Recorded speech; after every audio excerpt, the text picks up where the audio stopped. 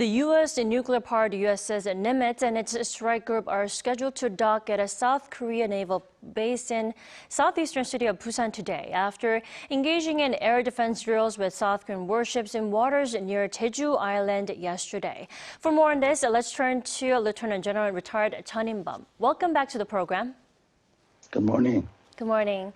Let's first talk about the U.S. Navy's Nimitz aircraft carrier itself. It's known as a floating military base, but what is it and why is it so significant that it's coming to the Korean Peninsula for the first time in half a year? Well, the U.S. Carrier Strike Group is not just the carrier itself, but it comes with escorts and in most times with submarines, so it's a considerable force. Everybody knows that it has about 100 aircraft, which is equivalent to the number of aircraft that is stationed in Korea, so it is a significant force there. But the real power of a U.S. strike group is the people and the experience. So the Americans have been operating carriers for about 100 years. So they have 100 years of experience. And the 6,000 sailors on board a U.S. aircraft carrier are experienced and professionals. No country in the world has this kind of experience and capable people. So it is a very significant power. The Nimitz comes back to Korea in about a decade. It comes at the 70th anniversary of the alliance, and I think that it provides the Korean people a strong message about the commitment that the United States has to the Korean people. Right. The appearance itself on the Korean Peninsula is quite powerful. And in the meantime, North Korea continues to go ahead with the military provocations in a clear show of protest against ongoing joint drills between Seoul and Washington. Why is it, and why is it that North Korea is reacting so sensitively recently? Kim Jongun needs to justify his efforts to develop nuclear weapons and a hostile missile program. And he needs to do this because he knows that his regime is illegitimate and that his legacy comes with a long line of human rights violations. So because of these legitimacies, he must have nuclear weapons. And so in order to justify this, he needs an imaginary enemy.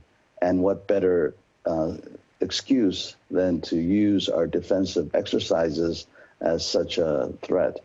And so he's going to continue with these kinds of activities, and it's very unfortunate, especially for the North Korean people. Right. It's interesting that you pointed out as imaginary enemy. And so the North taking an advantage of such military drills to carry out his nuclear and military ambitions. Now, Pyongyang also fired 2 short-range ballistic missiles on Monday. That was already the 8th provocation ballistic missile of its kind this year. Now, should we expect similar military activity to come? Yes, definitely. North Korea, to its credit, has shown that it's very creative in its ability to develop new methods of using a nuclear capability. It will continue to do so.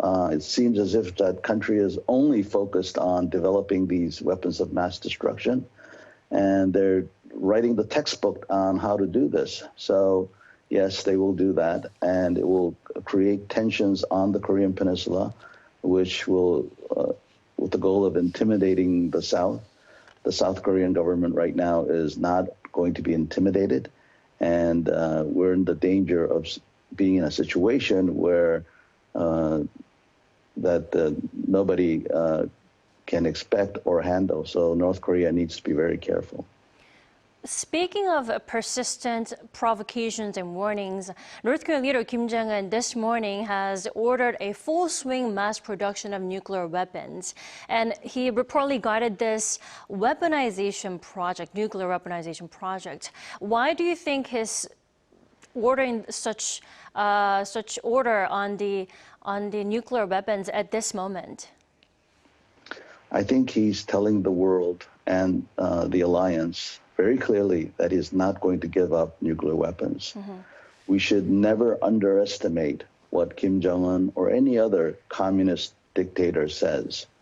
So it's unfortunate, but he's telling us exactly what he's going to do, and they're going to do it. And so we need to be alert about these activities of North Korea and do our best to counter the threat and maintain calm within our society.